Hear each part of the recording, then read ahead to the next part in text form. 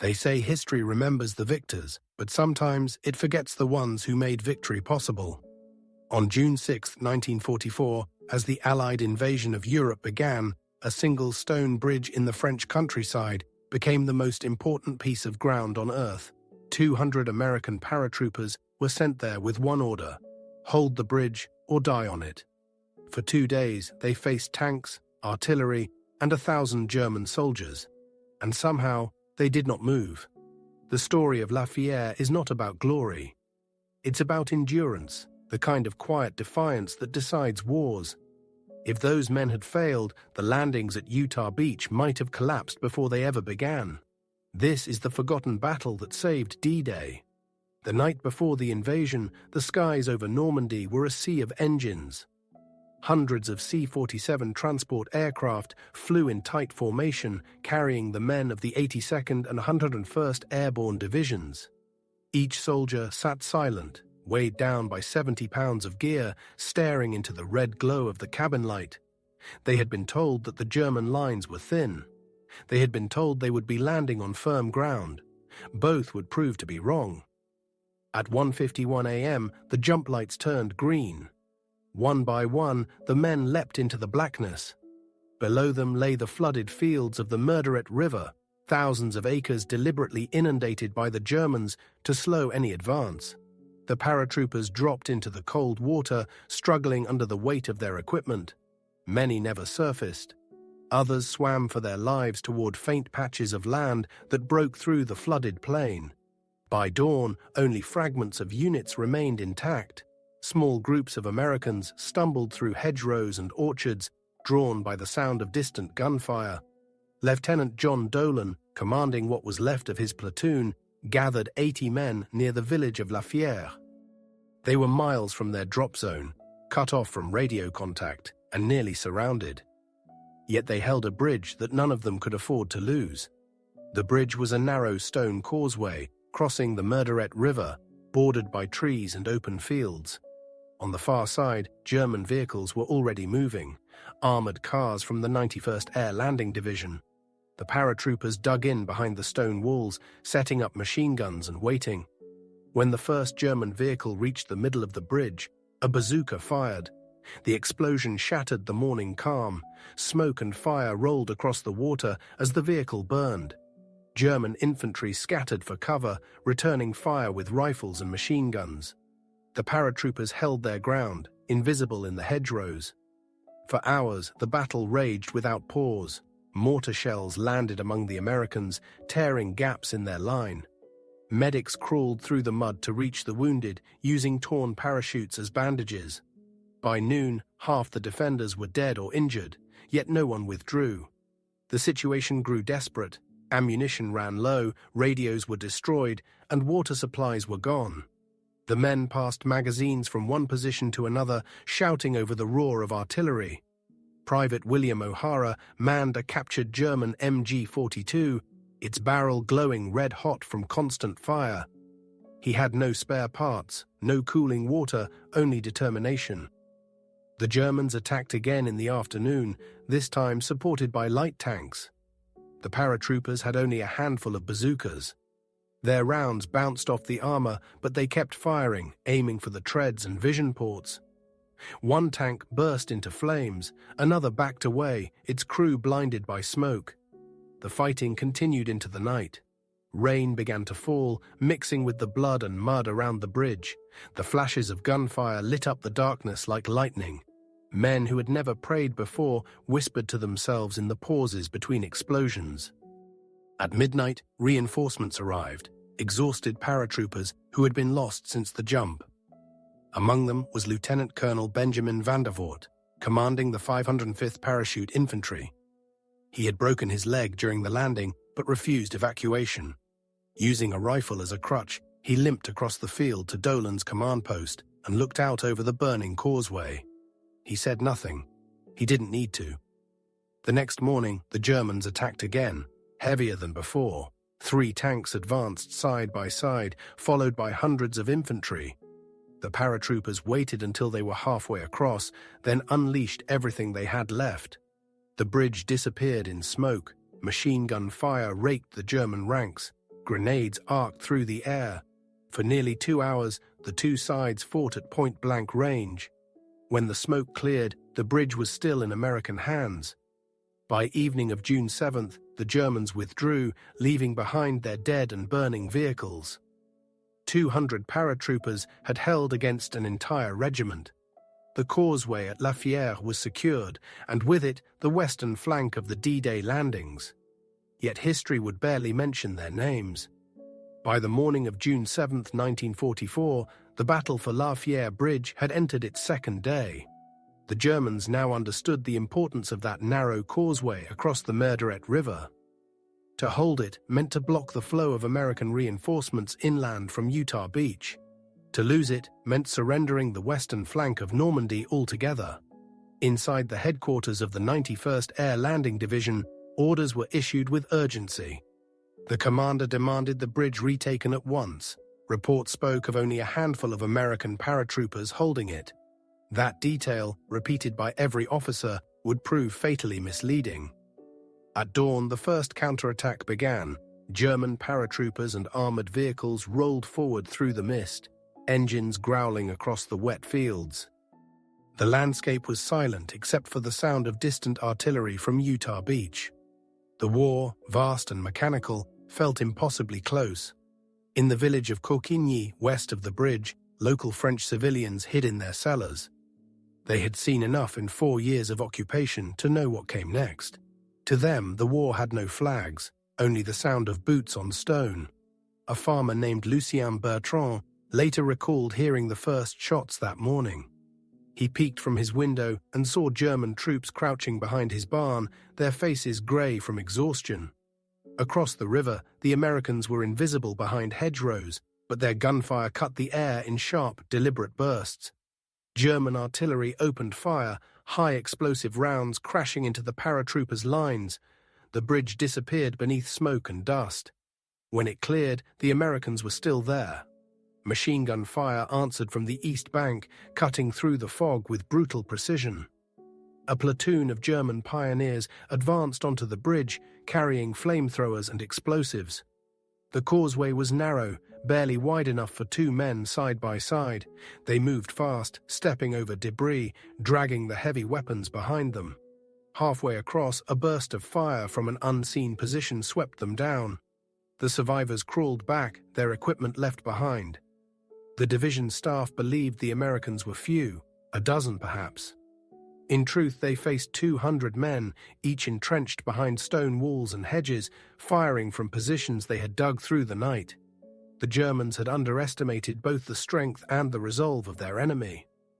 By noon, the air was thick with cordite and the smell of fuel. Columns of black smoke rose over La Fière. Birds scattered from the trees. The bridge, once a quiet country crossing, now resembled a scene from the industrial age. Metal, fire, and flesh twisted together. German tanks moved forward again, their tracks churning through mud. The crews could barely see through the smoke. One vehicle reached the bridgehead, its gun firing point-blank at the hedgerows. But the ground was treacherous, soft from flooding. As it tried to turn, the tank's treads slipped, and in that moment, an American rocket struck it from the side. The explosion echoed across the valley, and the tank burned for hours, sending up a black pillar of smoke visible for miles. That afternoon, the Germans paused their attack. Medics crawled into the open to recover the wounded. The Americans, equally shattered, did the same. For a brief hour, the guns fell silent, an unnatural quiet filled only by the crackling of flames.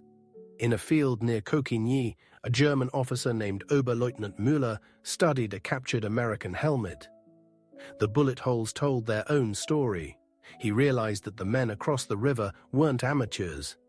They fought with precision, discipline, and the unshakable belief that they could not retreat.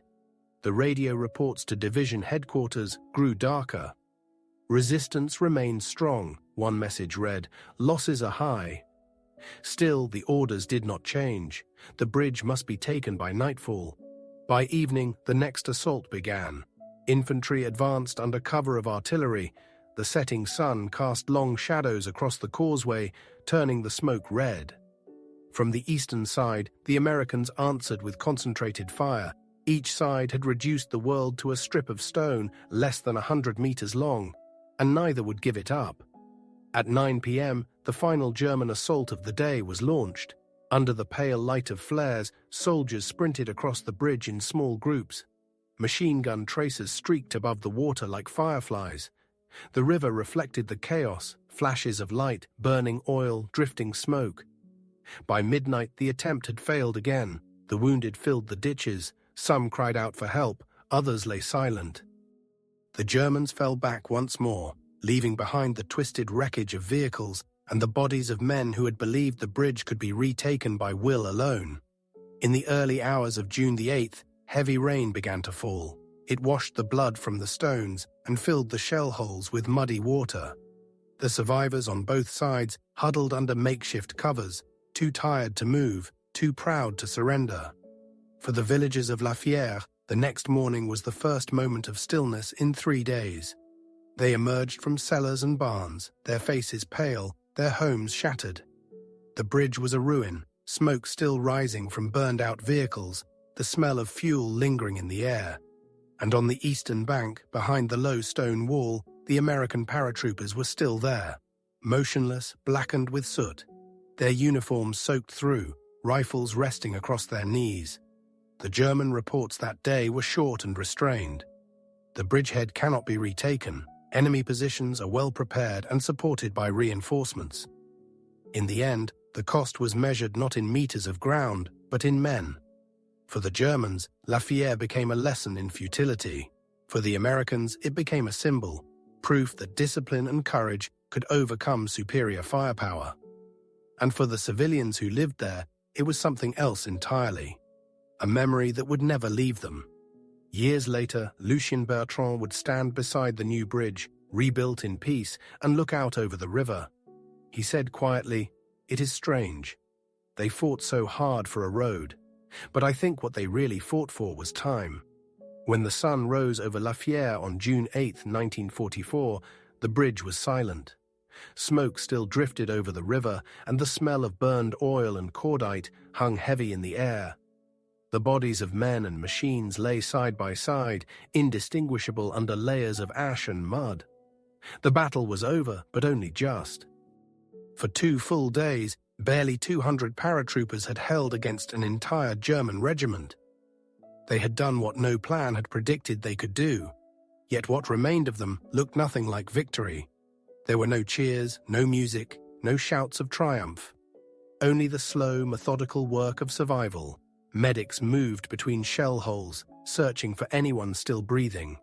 The wounded spoke quietly, their voices hoarse from smoke and exhaustion. Some asked for water, others asked for morphine, a few asked for friends who would never answer. Lieutenant Colonel van der Voort stood at the edge of the bridge, his leg bound in makeshift splints. His face was grey with fatigue, his uniform stiff with dried mud. He didn't speak. There was nothing to say. Around him, his men moved like ghosts, silent, deliberate, efficient. For the first time in 72 hours, the sound of birds returned to the valley. The Americans began clearing the bridge, pushing wreckage into the river. Burned vehicles hissed as they sank into the water. The smell of gasoline clung to everything. The bridge itself, cracked and pitted from explosions, was barely holding together. Engineers marked the weak sections with chalk, but the repairs would have to wait. By mid-morning, the first reinforcements from Utah Beach arrived, armored columns crawling up the narrow country road. The sight of tanks should have brought relief, but for the men who had held Fière, it brought only exhaustion. They had become so accustomed to fighting without help that the presence of machines felt strange, almost unreal. Captain James Denman of the 746th Tank Battalion climbed down from his Sherman and looked at the defenders. He later wrote, "They looked like they'd been carved from the mud itself. I've never seen men so empty and so alive at the same time." The tanks took positions around the bridge, their turrets scanning the tree line. The engineers began to fortify the area with sandbags and wire. The battle for Fière was over, but the war in Normandy had only begun. The paratroopers, now fewer than 100 able-bodied men, were ordered to hold the bridgehead while new units moved inland. They dug deeper trenches, reinforced foxholes, and set up captured German machine guns. It was strange to fight for ground that no longer had to be won, to defend what had already been defended, surrounded by silence that felt heavier than any bombardment. That evening, rain began again. The men sat in their dugouts, writing letters they had no paper to send. Some slept sitting up, rifles across their laps. Others cleaned weapons that no longer needed to be fired. For them, the war had changed shape. It was no longer a storm of sound and movement. It was waiting, endless, patient waiting. At dusk, a group of French villagers approached the bridge, carrying what little food they had saved through the occupation: bread, apples, bottles of wine hidden from German patrols. They offered it silently, and the soldiers accepted it the same way. No one spoke the same language, but no one needed to. The gesture said everything. Private John Merrick later wrote in his diary, "They looked at us like we were already gone, like they knew we wouldn't stay. And they were right. We were only ever passing through." That night, flares from distant battles lit the horizon. The front was moving east, away from the beaches, but every man at La Fière knew it could still return. The Germans were regrouping beyond the Murderay. Rumors spread of another counterattack. The next morning, reconnaissance reported enemy movement, armored columns gathering near the villages of Amfreville and Chef du Pont. The order came down quickly: hold the bridge until further notice. At 10:15 a.m., German artillery began to fall again. Shells crashed into the fields, churning the earth that was already soaked with rain and blood. The paratroopers ducked into their holes, listening to the whistle of incoming rounds. There was no panic anymore, only routine. They had learned to measure life in the seconds between explosions. By afternoon, the shelling stopped. The Germans had tested the line and found it unbreakable. They withdrew once more, leaving behind wrecks of half-tracks and broken guns. When darkness came, the bridge was still in American hands. The victory was complete, though no one called it that. The cost was too visible. On the second night after the battle, Lieutenant Dolan walked the length of the bridge alone. He stepped over shell fragments and broken helmets, pausing at the far side to look back across the Murderette. The moon reflected off the water, calm again after days of chaos. He thought of the men who hadn't made it, those who had drowned in the flooded fields before even reaching the fight, and those who had fallen defending this narrow strip of stone. What had they bought with their lives? A road, a crossing, a few square meters of ground. But without that ground, Utah Beach would have been cut off. Without Utah, the invasion might have failed. Without the invasion, the war would have lasted years longer. It was a small victory in a war of giants, but it carried the weight of empires. By June 9th, the front line had moved east. Columns of American armor rolled through the countryside, pushing toward Carentan and Saint-Lô. The men of the 82nd Airborne were finally relieved. Orders came to regroup and prepare for the next operation. When they climbed aboard trucks for the rear, most of them fell asleep before the engines even started. The bridge they left behind was more than a crossing. It was a symbol, not carved in marble, but in mud and memory. The people of Normandy would never forget it, even if history books did. Years later, when the war was long over, a single photograph would remain in a museum archive. A black and white image showing the bridge at dawn. Its stones cracked, its surface littered with helmets. In the distance, a figure stood motionless, rifle slung over his shoulder. His name was never recorded. But in that still image, the story of La Fière lived on. The story of 200 men who refused to move, and in doing so, changed the course of the greatest invasion in history. The guns fell silent around La Fière long before the war itself ended. By June 10, 1944, the thunder of artillery had rolled east, swallowed by the advance toward Carentan. The fields that had been oceans of fire only days earlier were now empty, except for the wreckage. The river still flowed beneath the broken bridge, carrying fragments of wood, metal, and memory toward the sea. The 82nd Airborne was gone, replaced by engineers and fresh infantry units. The bridge they had defended was being rebuilt plank by plank, each section patched with new wood and cold steel. Soldiers crossing it now did not look down. The dead had been cleared, the wrecks removed, the stench buried. The battle was already becoming history, and history forgets fast. In nearby villages, life began its slow return. The farmers who had watched the battle from cellars came back to their fields. They found cows dead in the pastures, barns burned, houses without roofs. Yet they also found something stranger, the realization that they were free. For 4 years, they had lived under occupation. They had learned to whisper, to look down, to disappear when boots echoed on cobblestones. Now the boots were American, and they brought cigarettes, chocolate, and a new kind of silence. One that smelled of diesel fuel and hope. For the men who had fought at La Fière, freedom felt different. They had seen too much to celebrate. Lieutenant Dolan was evacuated to England with shrapnel still in his shoulder. When asked by a reporter what the battle had been like, he answered, "It was loud, then it was quiet, and then there were fewer of us." It was the only description he ever gave. Others stayed behind to recover the dead. Graves registration units worked for days, marking positions with white stakes, collecting identification tags, folding the hands of men who had no names left.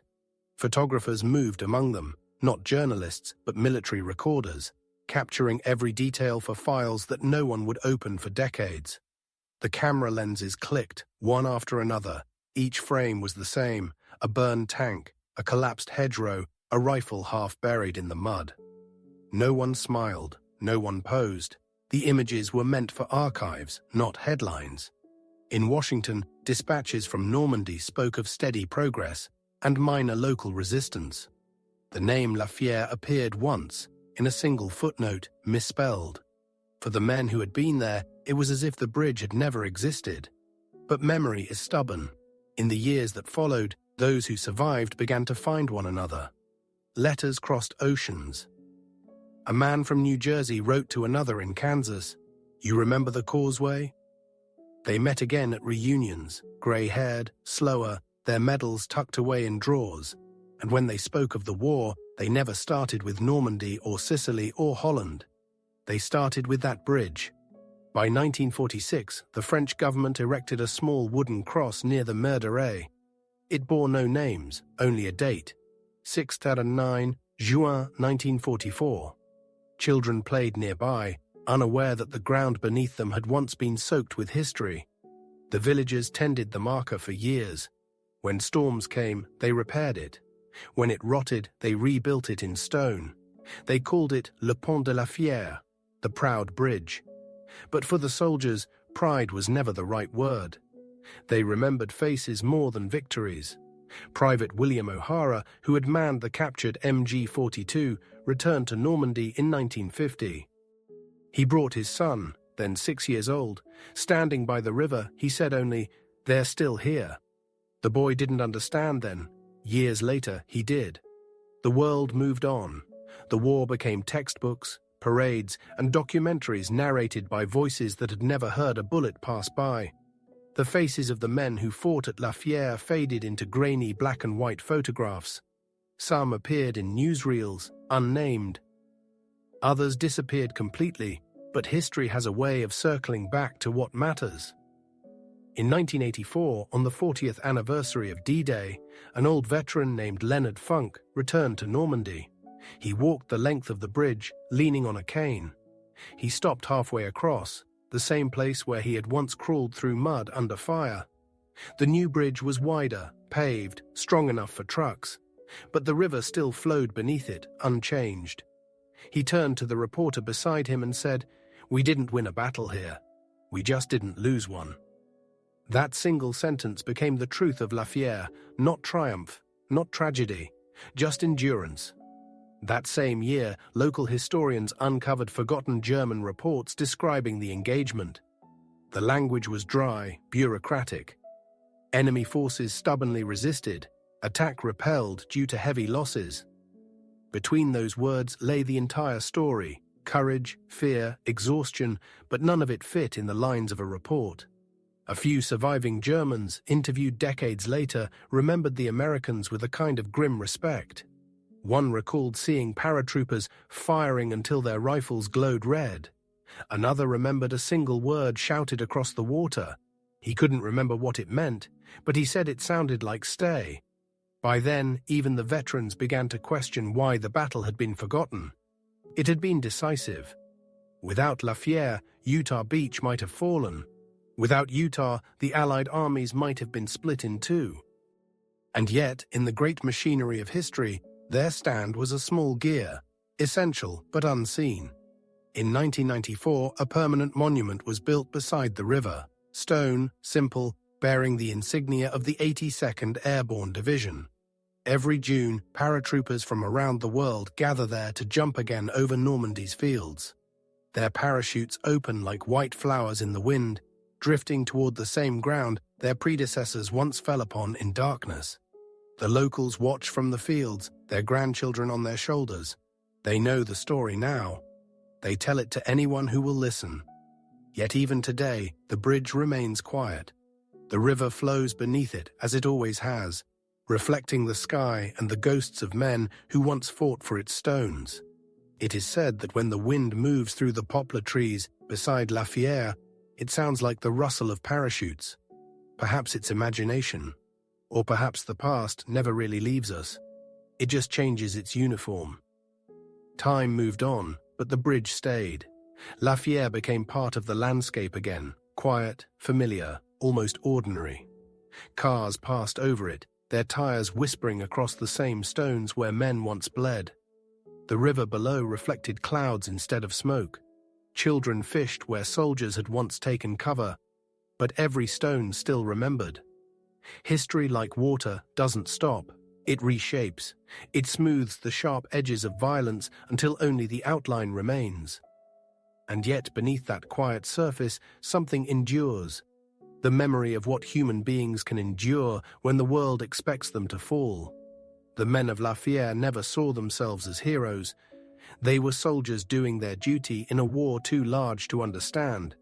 But what they did, holding a bridge that could not be lost, changed the course of the entire invasion. Without their defense, Utah Beach might have been crushed under counterattack.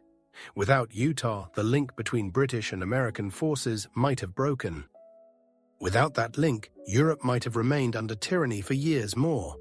And still, when asked afterward what they remembered most, they didn't speak of strategy or victory. They spoke of the faces beside them, the men who didn't live to see the next dawn.